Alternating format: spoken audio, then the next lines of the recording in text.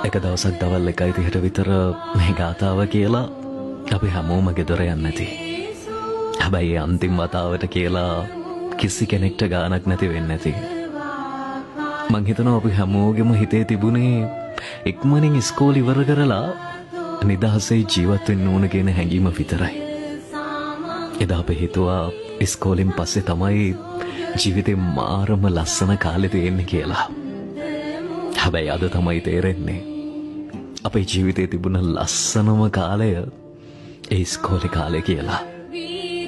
දන්නවද දහස් සතාවක් හිතෙනවා ආයෙත් එක්කම එක දවසකට හරි ඒ යුනිෆෝම් එක ඇඳලා පන්තියට ගිහින් යාළුවොත් එක්ක hina වෙවි කතා කරන්න තිබුණා නම් කියලා.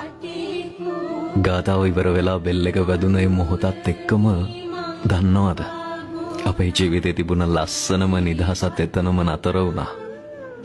හැබැයි මම විශ්වාස කරනවා ආයෙත් කවදාවත් යන්න බැරි ලස්සන මතකය හැමදාමත් අපි හැමෝගෙම හිතවල හැමෝගෙම කියන්න බෑ.